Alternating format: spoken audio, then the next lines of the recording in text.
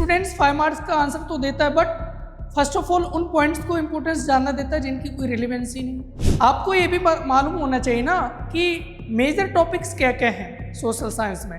Very short answers आपसे आते हैं एग्जाम में, शॉर्ट आंसर पूछे जाते हैं, क्वेश्चंस पूछे जाते हैं, लॉन्ग क्वेश्चंस पूछे जाते हैं, केस बेस्ड क्वेश्चंस पूछे जाते हैं, as well as social science में आपसे मैप बेस्ड क्वेश्चन भी आते हैं। I want to say that कि जब आपसे 2 लोकेशंस को लोकेट करने के लिए कहा गया ना, तो उनको कीजिए ना, तीनों को क्यों कर रहे हैं आप। हेलो स्टूडेंट्स, कैसे हैं आप सभी।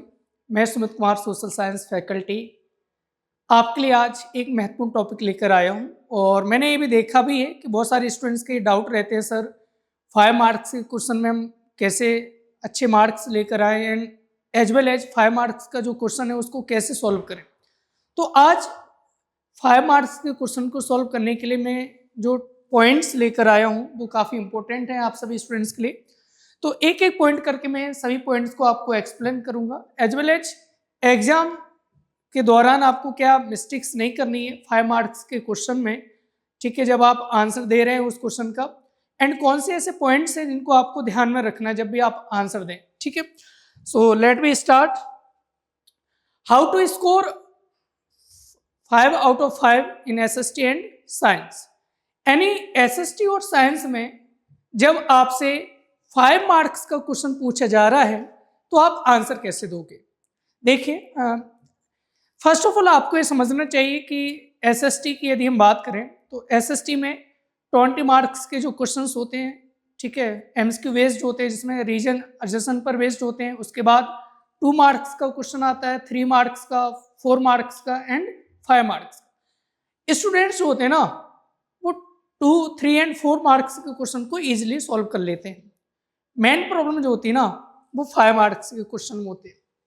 अब 5 मार्क्स के क्वेश्चन में ये जो प्रॉब्लम है वो क्यों होती है इसको भी समझना है। देखिए, 5 मार्क्स के क्वेश्चन का आंसर आप जब भी दे पाते हैं जब आपको कंसेप्ट क्लियर हो, ठीक है, एज वेल एज आपके पास अच्छे कीवर्ड्स हो, आपके पास अच्छे पॉइंट्स हैं, तब आप 5 मार्क्स के क्वेश्चन का आंसर दे पाओगे। तो उन की पॉइंट्स को आपको कैसे राइट डाउन करना है, किन पॉइंट्स को ज़्यादा आपको प्रेफरेंस देनी है, क्योंकि स्टूडेंट्स 5 मार्क्स का आंसर तो देता है, बट फर्स्ट ऑफ ऑल उन पॉइंट्स को इंपॉर्टेंस जानना देता है जिनकी कोई रिलेवेंसी नहीं। तो उन पॉइंट्स को सबसे पहले आप लिखिए जो बहुत महत्वपूर्ण है, ठीक है। उसके बाद आप डायग्राम, जैसे ज्योग्राफी की यदि हम बात करें, ज्योग्राफी में 5 मार्क्स का क्वेश्चन आया है तो डायग्राम के द्वारा, फ्लो चार्ट के द्वारा आप अच्छे से उसको एक्सप्लेन कर सकते हो, एज वेल एज इकोनॉमिक्स में भी, ठीक है।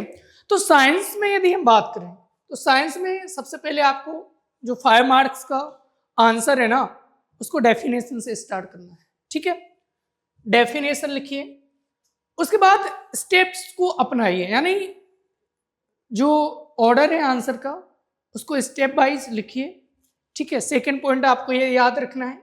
थर्ड है कि साइंस में आप साइंटिफिक टर्म्स का भी यूज कीजिए, क्योंकि जितना अधिक आप साइंटिफिक टर्म्स का यूज करेंगे ना तो जो एग्जामिनर है ना वो आपके आंसर को बहुत अच्छे से देखेगा, एंड आपको 5 आउट ऑफ 5 मार्क्स आपको मिल जाएंगे। That's clear. उसके बाद draw level diagram and mention formula. तो ये साइंस के लिए है कि जब भी आप 5 मार्क्स का जो क्वेश्चन है उसका आंसर दे रहे हैं ना साइंस में, तो इन पॉइंट्स को आपको अपनाना है, ठीक है। अब हम बात करते हैं SST, social science. Social science में क्या करना है आपको, first of all short introduction. जैसे एक क्वेश्चन है बाल्कन रीजन्स की टेंशंस, ठीक है। आप सभी को पता है कि जब आप नेशनलिज्म इन यूरोप आप पढ़ते हैं ना तो लास्ट में सबसे लास्ट जो टॉपिक है इस चैप्टर में वो क्या है, नेशनलिज्म एंड इंपीरियलिज्म। उसमें एक क्वेश्चन आता है कि बाल्कन रीजन्स की जो टेंशंस हैं 1871 के बाद बाल्कन रीजन्स में टेंशंस क्रिएट हुई, उनको आप एक्सप्लेन कीजिए। तो फर्स्ट ऑफ ऑल आपको ये बताना है ना कि बाल्कन रीजन्स है क्या, बाल्कन रीजन्स में किन किन कंट्रीज को इंक्लूड किया गया था, फिर उनके अंदर कैसे इंपीरियलिज्म, उनके अंदर नेशनलिज्म की फीलिंग आ रही थी, बट जो उस समय की जो पावर्स थी, ब्रिटेन है, रशिया है, जर्मनी है, इंपीरियलिज्म का कंसेप्ट लेकर आए। तो ये आंसर आप जब भी दे पाओगे ना जब आपको कंसेप्ट क्लियर होगा। देखिए 5 मार्क्स के क्वेश्चन का आंसर देने के लिए आपको कंसेप्ट, एनालिटिकल अप्रोच, इन सभी स्ट्रेटजी को जब आप अपनाओगे ना तभी आप आंसर दे पाओगे। ठीक है, तो एसएसटी में सबसे पहले शॉर्ट इंट्रोडक्शन, जैसे जर्मनी के यूनिफिकेशन आ रहा है, इटली के यूनिफिकेशन आ रहा है, सीडीएम से आपसे क्वेश्चन पूछा जा रहा है, एनसीएम से क्वेश्चन पूछा जा रहा है, सेक्टर्स ऑफ इकोनॉमी से क्वेश्चन आ रहा है। ठीक है, as well as money and credit में आपसे पूछा जा रहा है informal sector of credit, formal sector of credit का क्या रोल है। सो इन सभी पॉइंट्स का आंसर देने के लिए आपको इनका डेफिनेशन या जनरल इंट्रोडक्शन क्लियर होना चाहिए। ठीक है, जब आपको यही मालूम नहीं कि प्राइमरी सेक्टर क्या है, सेकेंडरी सेक्टर क्या है, टर्सरी सेक्टर क्या है, तो आप आंसर कैसे दोगे। तो इंट्रोडक्शन के लिए आपको एक अच्छी डेफिनेशन लर्न होनी चाहिए। ठीक है, उसके बाद यूज हेडिंग्स एंड पॉइंट्स। देखिए सोशल साइंस में 4 टॉपिक्स हैं, हिस्ट्री है, सिविक्स है, ज्योग्राफी एंड इकोनॉमी, 4 पार्ट में डिवाइड है। हिस्ट्री का जब आप आंसर लिख रहे हैं उसके लिए अलग अप्रोच होती है।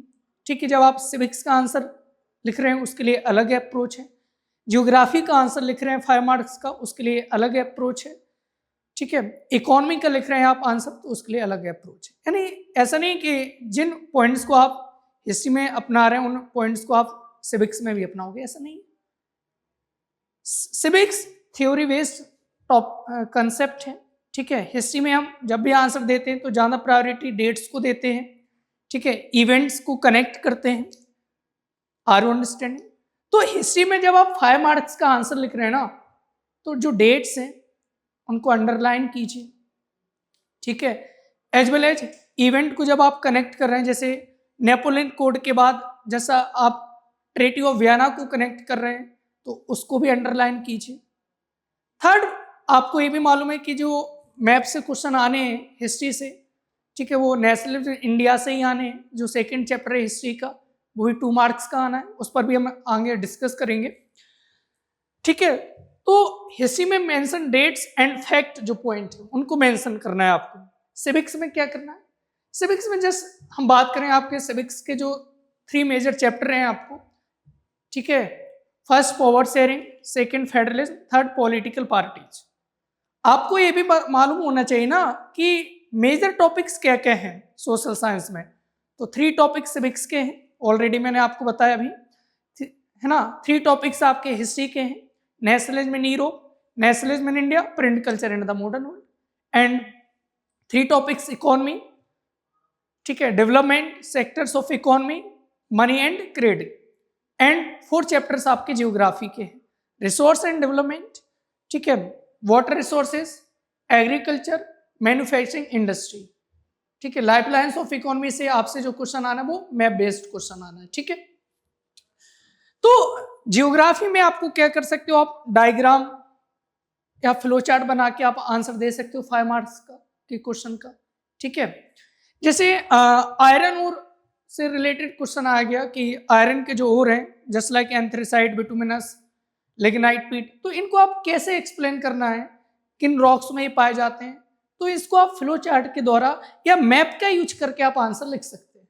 ठीक है, इकोनॉमिक्स में क्या है कि आपको डेटा बेस्ड आंसर देना चाहिए, है ना। जैसे आपसे जीडीपी से रिलेटेड क्वेश्चन आ गया, ठीक है, यूएनडीपी से आया क्वेश्चन, सस्टेनेबल डेवलपमेंट से रिलेटेड क्वेश्चन आया, तो इसको आप डेटा के आधार पर भी आंसर दे सकते हैं। ठीक है, सेक्टर्स ऑफ इकोनॉमी के से क्वेश्चन आया 5 मार्क्स का कि इंटरलेट कीजिए primary sector, secondary and tertiary sector को, तो उसको भी आप डेटा के आधार पर एक्सप्लेन कर सकते हैं। ठीक है, एज वेल एज हिस्ट्री में और जब भी आपसे क्वेश्चन आता है तो नेम जो है प्लेसेस के, ठीक है, इवेंट के जो नेम है उनको भी आप राइट डाउन कर सकते हैं। और लास्ट में है कंक्लूजन। ठीक है, जैसे बाल्कन रीजन्स पर हम बात करते हैं तो बाल्कन रीजन्स में जो टेंशन्स क्रिएट हुई उसका रिजल्ट क्या निकल कर आया, रिजल्ट निकल कर आया कि इससे फर्स्ट वर्ल्ड वॉर हुआ। बाल्कन रीजन्स में जो टेंशन्स क्रिएट हुई और वो किसके लिए रिस्पॉन्सिबल बनी, फर्स्ट वर्ल्ड वॉर। तो ये कंक्लूजन हो गया चैप्टर टॉपिक का। ठीक है, तो इसको इस तरह आपको 5 मार्क्स का जो क्वेश्चन है उसका आंसर आपको देना है। ठीक है, तो 5 मार्क्स का आंसर कैसे दोगे आप साइंस में as well as social science में, इस कंसेप्ट को मैंने एक्सप्लेन कर दिया। देखिए, जब आपके आंसर में क्लियरिटी होगी, आपका आंसर पॉइंट बेस्ड होगा, मतलब मैं कहना चाहूँगा आप सभी स्टूडेंट से कि जब भी आप 5 मार्क्स के क्वेश्चन का आंसर लिखें ना, तो पैराग्राफ से ज़्यादा आप प्रेफरेंस किसको दें? पॉइंट बेस्ड आंसर को, ठीक है? क्योंकि जब आप पॉइंट बेस्ड आंसर लिखते हैं ना, तो उसको चेक करने में जो एग्जामिनर होता है उसको भी काफ़ी आसानी होती है और आपको 5 आउट ऑफ 5 मार्क्स आसानी से मिल जाते हैं, ठीक है? तो जब भी आप 5 मार्क्स का आंसर लिख रहे हो तो पैराग्राफ से ज़्यादा आपको प्रायोरिटी देनी है पॉइंट्स को, ठीक है? एंड प्रेजेंटेशन जब आपका अच्छा होगा ना, तब तो और बेटर है। तो इन 3 पॉइंट्स हैं जिनको आपको याद रखना है 5 मार्क्स का आंसर देने के लिए: क्लियरिटी, पॉइंट्स एंड प्रेजेंटेशन, ठीक है? चलिए अब हम बात करते हैं क्वेश्चन पैटर्न की। सोशल साइंस में जो क्वेश्चन पैटर्न है वो किस तरह का रहता है। 80 मार्क्स का आपका पेपर है, 20 मार्क्स की हिस्ट्री, ठीक है, 20 मार्क्स का जियोग्राफी, 20 मार्क्स का सिविक्स, 20 मार्क्स का इकोनॉमी, ठीक है? तो 4 पार्ट्स में डिवाइड है सोशल साइंस, ठीक है? 3 आवर्स का आपका पेपर रहता है। एग्जाम हॉल में जब आप जाते हैं एग्जाम सेंटर पर, ठीक है, तो फर्स्ट ऑफ ऑल आपको कुछ पॉइंट्स हैं जो ध्यान में रखने हैं कि जैसे आपको पेपर मिल जाता है तो 10 to 15 मिनट्स आप पेपर को अच्छे से रीड करें, ठीक है?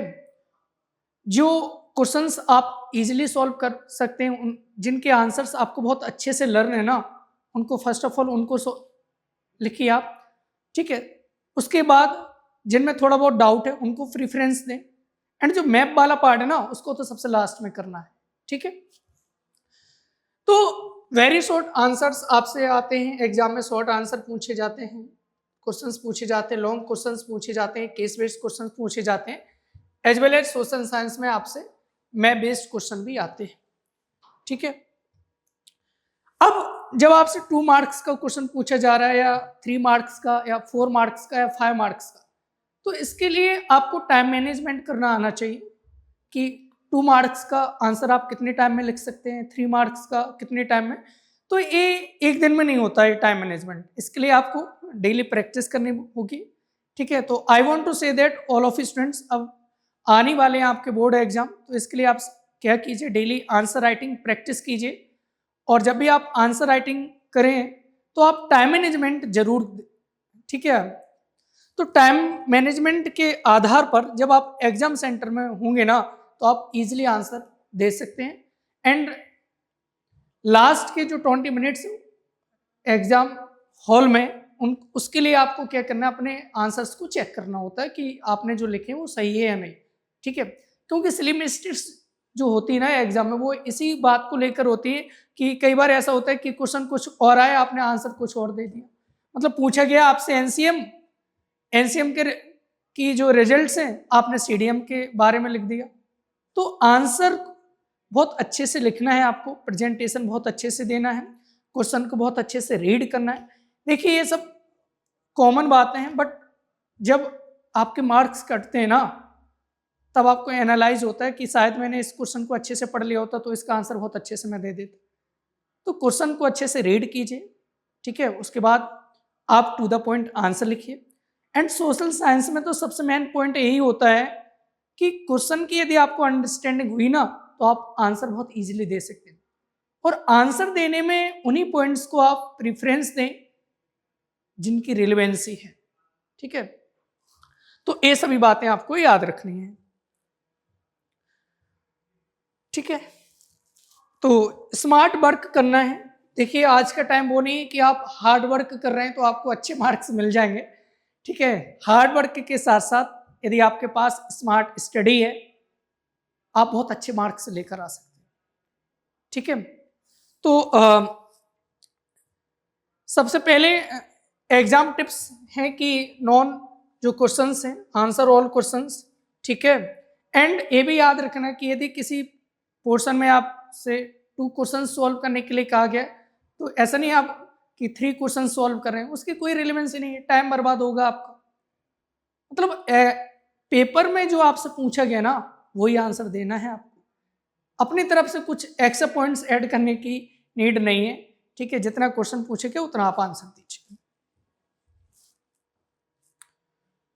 अब मैप वर्क पर थोड़ा और डिस्कस करते हैं, क्योंकि मैंने देखा है मतलब अभी प्री बोर्ड भी हुए तो काफी स्टूडेंट्स के भी क्वेश्चन है, सर मैप में मार्क्स नहीं आए, 5 मार्क्स का मैप था सर मेरे 3 मार्क्स आए, कोई कह रहा है सर मेरे 2 मार्क्स आए, और किसी को 1 भी मार्क्स नहीं मिला। ये चल क्या रहा है? क्या मैप में बच्चों को 1 भी मार्क्स नहीं मिलता? अरे भाई 5 मार्क्स मिल जाते हैं आराम से। कैसे? उसके लिए कुछ टिप्स है, बहुत इजी है। और वो टिप्स क्या क्या है कि मैप प्रैक्टिस तो करना ही है डेली, मतलब 10 से 20 मिनट्स भी प्रैक्टिस कर सकते हो, एज वेल एज आप 5 मिनट्स भी यदि मैप की डेली प्रैक्टिस करते हैं ना तो आपके 5 मार्क्स कोई नहीं रोक सकता। आप 5 मार्क्स लेकर आएंगे। क्या नहीं करना है और क्या करना है मैप के लिए और क्या नहीं करना है, ये सब बातें आपको समझनी है यहाँ पर। तो सबसे पहले मैप के जो चैप्टर्स हैं वो आपको क्लियर होना चाहिए, ठीक है। तो सॉइल्स टॉपिक से मैप पूछा जाता है, वाटर रिसोर्सेज चैप्टर में डैम से आपसे क्वेश्चन पूछे जाता है मैप से, ठीक है। एग्रीकल्चर में जो फूड क्रॉप्स हैं, कॉमर्शियल क्रॉप्स हैं, वहां से क्वेश्चन आता है। मैन्युफैक्चरिंग इंडस्ट्री में कोल आयरन से क्वेश्चन आएगा, as well as iron steel plant. उसके बाद लाइफ लाइन्स ऑफ इकोनॉमी में आपसे क्वेश्चन आएगा international airport, port areas, as well as manufacturing industry में nuclear power plant, thermal power plant. इन टॉपिक से मैप आना है। एंड हिस्ट्री में आपसे नेशनल इन इंडिया से, वो भी 8 लोकेशंस है, अमृतसर है, ठीक है, चंपारण है, खेड़ा है, अहमदाबाद है, चोरी चौरा है, मद्रास सेशन है, नागपुर सेशन है। तो हिस्ट्री में तो 2 मार्क्स का वो श्योर है ना कि इतनी लोकेशंस आपको आनी चाहिए, बट उन लोकेशंस को कैसे जानोगे उसके लिए यहां पर आप थोड़ा समझिए। तो soils, crops, minerals, industries, ports, railways को हम यहां पर करते हैं। रेलवे से क्वेश्चन नहीं आता, mainly international airport and port से क्वेश्चन आता है। तो टिप्स क्या क्या है कि लोकेट सही से होना चाहिए और लेबल भी सही से होना चाहिए। अब जस्ट लाइक आपसे अमृतसर लोकेट करने के लिए कहा गया, ऐसा थोड़ी कि पंजाब में आप कहीं पर भी अमृतसर को लोकेट कर दो, ठीक है। एग्जैक्ट मार्क करना है आपको, एग्जैक्ट लेवल होना चाहिए। Identify and mark, mark only what is asked. जो कहा गया ना, जैसे आपसे कहा गया कि 3, जैसे अमृतसर आया, चोरी चौरा आया, ठीक है, मद्रास सेशन आया। अब क्वेश्चन उसमें कहा गया कि यानी 2 आपको लोकेशंस लोकेट करने हैं, आप नागपुर भी कर रहे हैं, मद्रास भी एंड अमृतसर भी, कोई रिलेवेंसी नहीं है, ठीक है। क्यों आप अपना टाइम बर्बाद कर रहे हैं?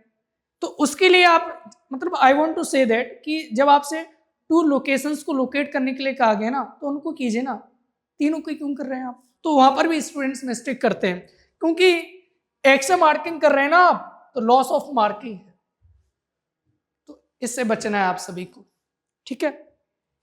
स्कोरिंग टिप्स ये हैं कि प्रैक्टिस कीजिए डेली मैप की, ठीक है। यूज सीबीएसई आउटलाइन मैप, ठीक है, एज वेल एज जो लास्ट ईयर के सैंपल पेपर हैं उनको रिजॉल्व कीजिए, ठीक है। उससे भी आपकी मैप प्रैक्टिस काफी अच्छी हो जाएगी। स्पेलिंग करेक्ट होनी चाहिए, पर तब चले आपने अमृतसर तो लिखा है बट अमृतसर की स्पेलिंग ही नहीं आती आपको यही नहीं मालूम चोरी चौरा की स्पेलिंग क्या है, ठीक है, चंपारण की स्पेलिंग क्या है। तो स्पेलिंग मिस्टेक भी नहीं करनी है आपको, ठीक है।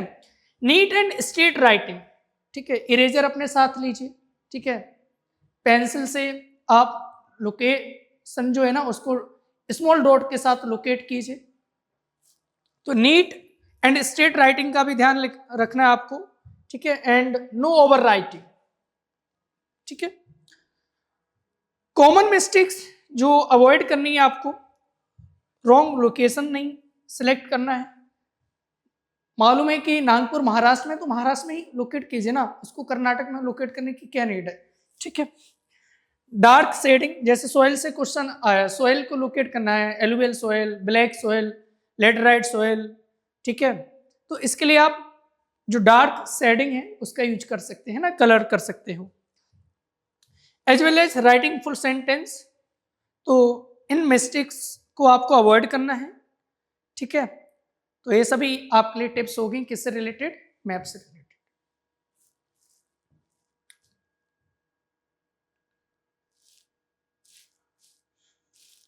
सो आई होप आप सभी स्टूडेंट्स को जो मेन आज का टॉपिक था कि 5 मार्क्स का जो क्वेश्चन है उसका एक बेहतर आंसर कैसे लिखें, जिससे आपको पेपर में 5 आउट ऑफ 5 मार्क्स मिल जाएं जब भी आप आंसर लिखें। तो इससे रिलेटेड मैंने एक एक पॉइंट को आप सभी स्टूडेंट्स को एक्सप्लेन किया।